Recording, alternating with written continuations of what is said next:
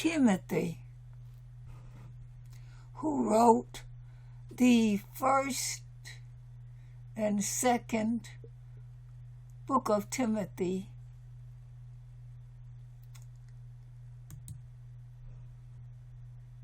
who is Timothy? In Acts 16,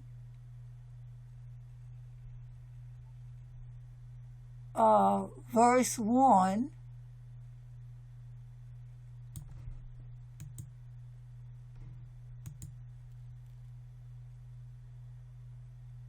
introduces us to Timothy, the son of a Greek father and a Jewish mother who had become a believer in Yahoshua. However, Luke here provides very few details about this relationship. Were his parents still living? Why was Timothy not circumcised as a child? Was Timothy a Greek or a Jew? Luke does not deem it necessary to answer any of these questions, save to specify that Timothy was not circumcised.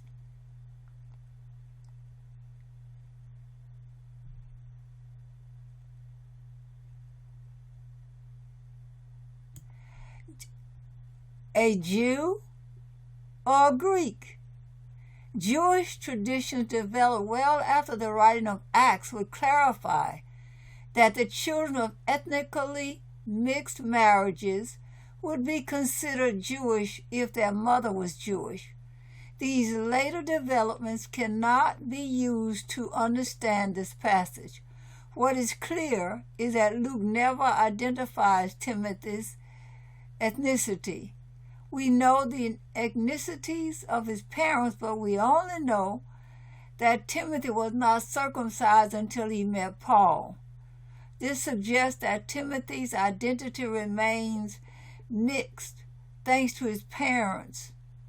He is both Jewish and Greek, and thus a powerful partner in proclaiming the good news among both populations.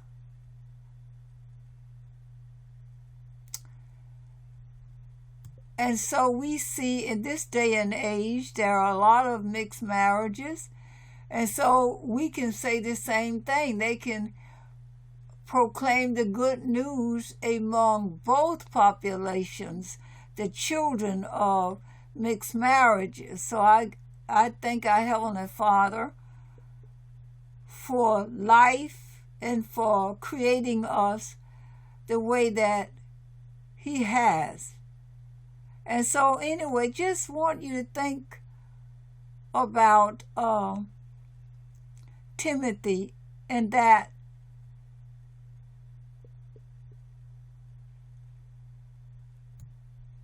he was his father was Greek and his mother Jewish. Timothy is a powerful symbol of the movement of the Spirit in the last chapters of Acts. Both Greek and Jewish, Timothy represents the coming together of the whole world under the unifying confession that Yahushua is Master. And in this day and age, it said Jesus is Lord. For Luke, these ethnic labels are important but not a determining factor in the composition of Father's people.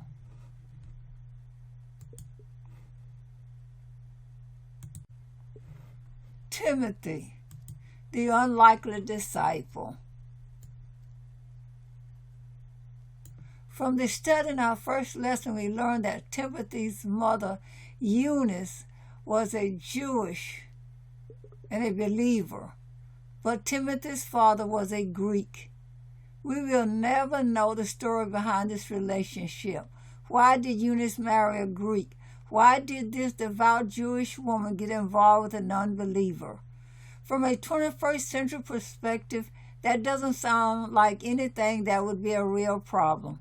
We tend to think of it more like marrying someone from a different faith, or maybe a mixed racial marriage, both of which are fairly common to us today. But in first century Judaism, the consequences of a Jewish woman having a child by a Greek man were enormous. Deuteronomy 23 verse 2 says, "No one born of a forbidden marriage or his descendants may enter the assembly of the Lord even down to the 10th generation." Timothy was a product of a forbidden marriage. As a Jewish baby, he should have been circumcised on the 8th day, but Acts 16:3 says that he was still uncircumcised. Because of the Deuteronomy passage, his rabbi would not have been able to circumcise him. Timothy would have definitely been different than his Jewish playmates. He would have been ostracized and singled out by other Jewish families, cut off from God's covenant family. In fact, he would have been called a mamzer, M-O-M-Z-E-R, which is a Jewish slang word for a bastard. Jews weren't even supposed to eat with a Gentile, enter their home, or engage in commerce with them. Through no fault of his own, Timothy would have been an outcast and made fun of by the people of his village. He would not have been educated at synagogue school with the other Jewish boys. He would not have been able to read Torah with them or participate with them during any of the Jewish festivals. When it was time for him to marry, he would not have been able to marry a Jewish girl, only another mamzer or a Greek, because of his mother's sin.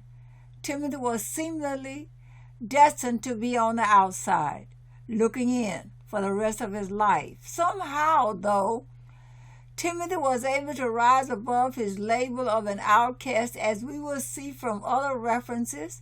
He must have had a fire in his chest, a difference that let him overcome his handicaps in life. Paul, when he wrote to Timothy in 2 Timothy 1 verse 5, said, "I am reminded of your sincere faith, which first lived in your grandmother Lois and in your mother Eunice, and I am persuaded now lives in you also." And in 2 Timothy 3:14 and 15 said, "But as for you, continue in what you have learned and have become convinced of, because you know those from whom you have learned it, and how from emphasis you learn the Holy Scriptures." How did he learn and receive this strong faith that Paul saw? The father was also the head of the Jewish home and was responsible for teaching the children Torah. See Deuteronomy 6, verses 1 through 8. Unfortunately, Timothy's father would have never filled that role. Timothy's grandmother Lois and his mother Eunice must have been awesome teachers and must have had great knowledge of the Holy Scriptures that they were able to pass on to Timothy. Since he probably didn't have access to scrolls, he must have memorized huge portions of the text from his mother and grandmother. He must have been a quick learner and very smart. Acts 16 verse 2 says that Timothy was well thought of by the brothers in both Lystra and the neighboring town of Iconium. Somehow, with all the cards stacked against him, he had risen above the obstacles of his early childhood. Early Jewish boys' dream was to be able to study under a famous rabbi. By the age of 15, most boys were relegated to learning the family trade. Only a few of the best and brightest were able to continue their studies with the rabbi. With Timothy's background, it was only a pipe dream to think that he would have a chance to be able to study with a rabbi. The Rabbi Paul comes back through Lystra again. Why? Is it possible that he was thinking about that young boy with a fire in his chest that he met a couple of years ago? Can you imagine the expression on Timothy's face when Paul asked him, "Come follow me. I think you can be like me." Can't you see Timothy running to tell his mother and grandmother, "I've been picked by Rabbi Paul"? He wants me to follow him. Never in Timothy's wildest imagination did he think that he would get to be a disciple of a rabbi like Paul. He was a mumser and outcast. Timothy was an unlikely candidate for a disciple. He wasn't supposedly qualified for a leadership role. Yet, Paul saw something in Timothy, a perseverance, a never-quit attitude in the face of unfavorable obstacles that made him think that Timothy could be what it took to be a disciple of Rabbi Yahoshua. Timothy not only became a follower of Paul and Rabbi Yahoshua, but he became a Rabbi Jesus, but he became one of the key figures in all of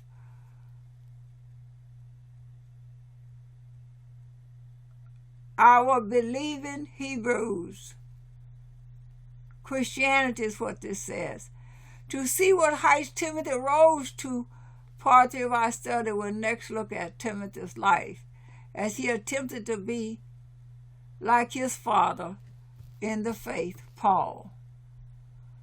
Just wanted to share this article with you that I came across so you could think about those that have mixed parents and to be encouraged that Father has a place for all of us, and that once we have accepted Messiah, we have become as one as homeborn. So we don't have to go through all of some of what I just read. We Baruch our Creator, and we thank him. Just something to think about.